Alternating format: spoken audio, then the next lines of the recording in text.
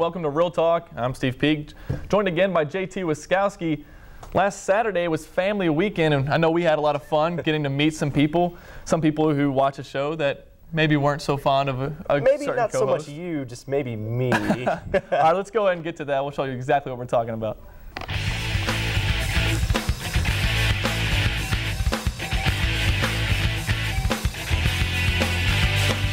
We're here for family weekend just outside Roy Stewart Stadium. It's an awesome atmosphere outside here tailgating. JT, it's going to be a fun. There you go, Duncan. Nice catch. It's going to be it's been fun so far. It's going to be a fun day for everybody. Hopefully the Racers get a win. JT, what do you think? I mean, I picked him to lose, but it'd be great to see him win. So I'm having fun with Dunker here. We've had a good day with him as well. So let's just see where it goes for the day. Yeah, let's go and get some interviews. Let's talk to some people. This ought to be a really fun day here for Racer fans.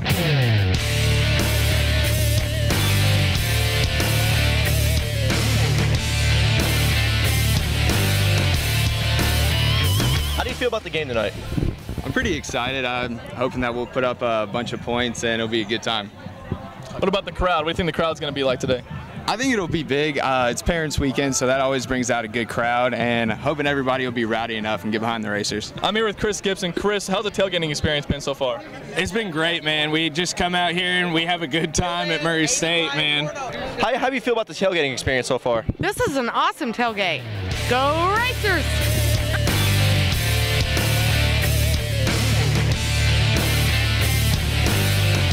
Here with John King Sr. He's got a son who plays on the Murray State team. This being family weekend, how important is this for you? Oh, it's just exciting to be here. I'm glad they have a big crowd for this game, and it's going to be a fun time. So I'm just excited to be down here. What do you think? What do you think about this season so far? Where do you think we're headed the rest of the year? I think that the team and the coaches probably would tell you that they've missed some opportunities. They know that. But you take a look at what they've done, and they're right there with the best teams in the country.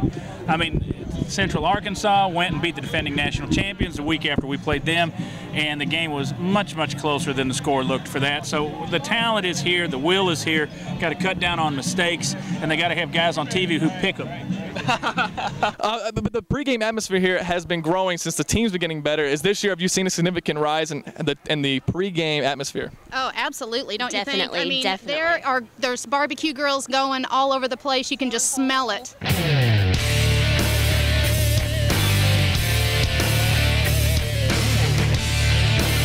All right, since it's family weekend, I got my family here, and they're having a good time, I'm sure. What do you think so far? I think it's been a good time, and we came last year. It was homecoming, and they won. They beat Eastern Illinois, so hopefully we'll bring them some good luck this year and beat Tennessee Tech. And Murray State is going to win or lose? Oh, they're going to win, guaranteed. Oh, awesome. Guaranteed, guys.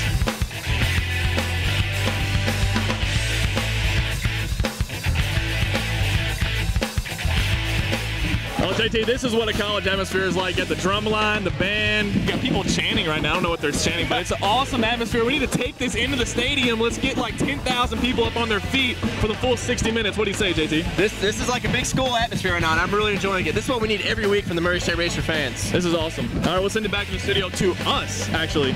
We'll recap the game. All right, well, we learned a couple things. I'm not very liked by well, not certain... yeah, well, we learned that you don't interview drunk people. Oh, yeah, we did learn that, most definitely. Yes, we did learn that. We also learned that we got to watch what we say because our quarterback's father is watching this. You know, so he may be watching, but honestly, I'm just doing what I'm supposed to do. I'm supposed to analyze the games and pick who's going to win. Yeah, exactly. I mean, you know, that's your job. It's not your job to be a cheerleader. It's your job to you know, be give a us your realist. opinion. Be a realist. Yeah, exactly. But that was a lot of fun, and I thought the atmosphere was pretty good. You looked out into that parking lot. It was full. I mean, we got there around 4 o'clock, and I was trying to find a place to park, and there was nowhere. No, but like you said, let's get the Roy Stewart Stadium full. We got it pretty full, Steve. 9,794 people at that game, and people were into it. Everyone was like, for Murray State, first down. Everyone was getting into the game. So I did like the intensity of this game as far as the fans go, a lot better than the UCA game. I think you're correct. I think the fans were a little bit more into it, and 10,000 people's a nice sized crowd. You know, when I go back and look at the UCA game, I really look at like who we played before that. And with playing Florida State, I think our fans were kind of down on our team a little bit, and nobody really believed in them until after they started seeing them start playing better with EIU. Well, they didn't play SEMO. Who was it? Missouri State. Correct. Yes. That's my fault. But they started playing better. Everyone started getting faith in the team, and they finally stepped up this week. Yeah, I mean, I guess if you have more to cheer about, you're going to be a little louder. I was a little disappointed, as I said, in the fans of the UCA game, but I thought it got a lot better.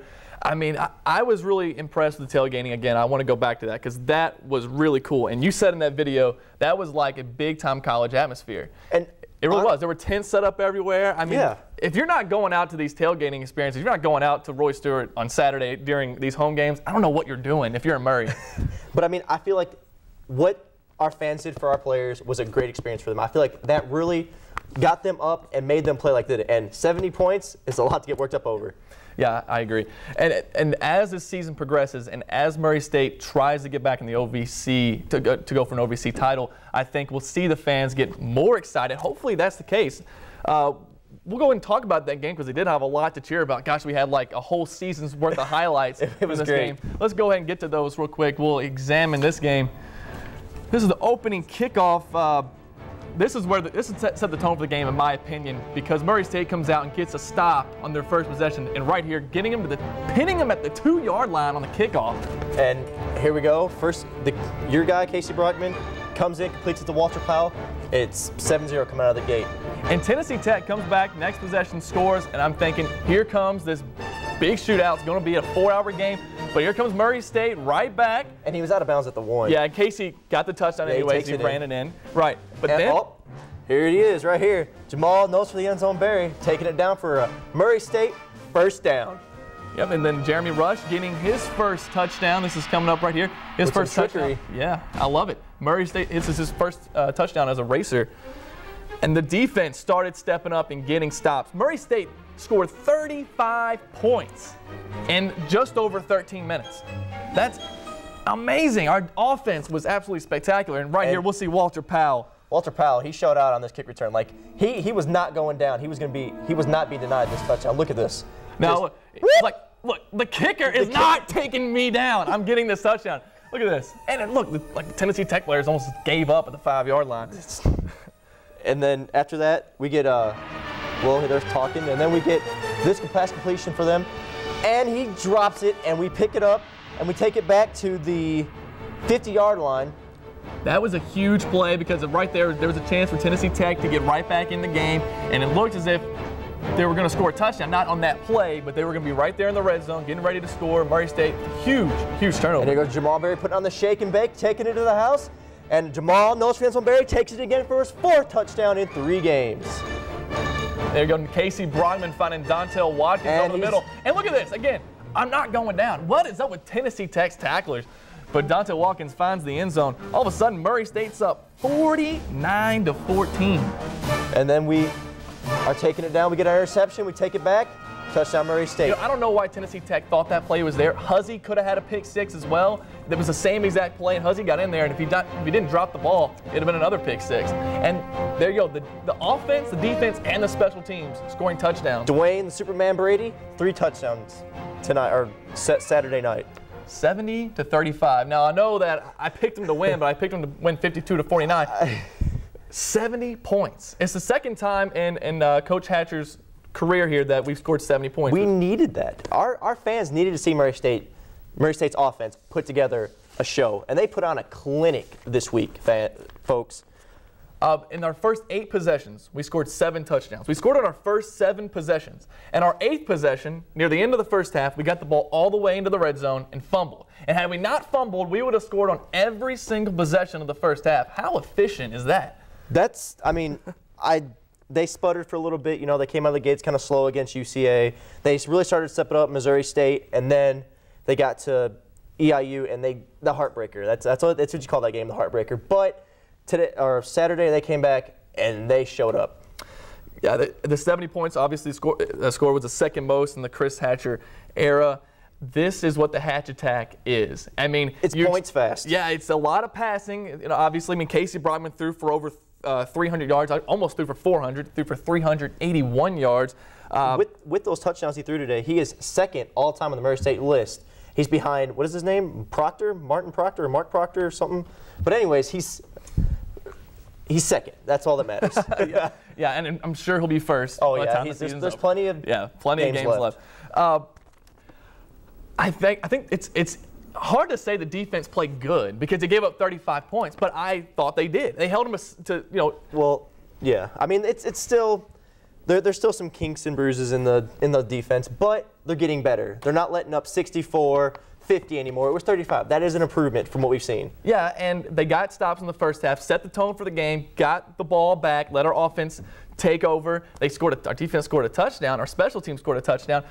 But again, you know, giving up 35 points, you know, most teams wouldn't say, well, our defense looked really good, but they did. I mean, they held them on the 3 of their first 4 possessions. They got stops. I thought that was huge because that allowed Murray State to build the lead and let Tennessee Tech play from behind. Now this week we go at Clarksville to our arch rivals in Austin Peay. JT, what's going to happen? Murray State is going to flush the P this week, guys. Flush the P. I'm picking Murray State to win 64-14. Yeah, I don't see Austin Peay stopping our offense, and I don't see how they're going to score a lot of points. I'm not that impressed. I've only seen them play once, but Jake Ryan, I'm not that impressed with. I mean, he's averaging like what, 100, almost 130 His longest yards pass of the season is like 34 yards. Yeah, and I don't want to sit here. Haynes can go out there and throw that. I don't want to sit here and talk trash, but I don't think Austin Peay is going to be able to keep up this week. I think our offense is looking a lot better, and Murray State's going to pull out the win. Final score, 62-17, Murray State. All right, that's all the time we got here with Real Talk. We'll see you in just a few minutes. Stay tuned.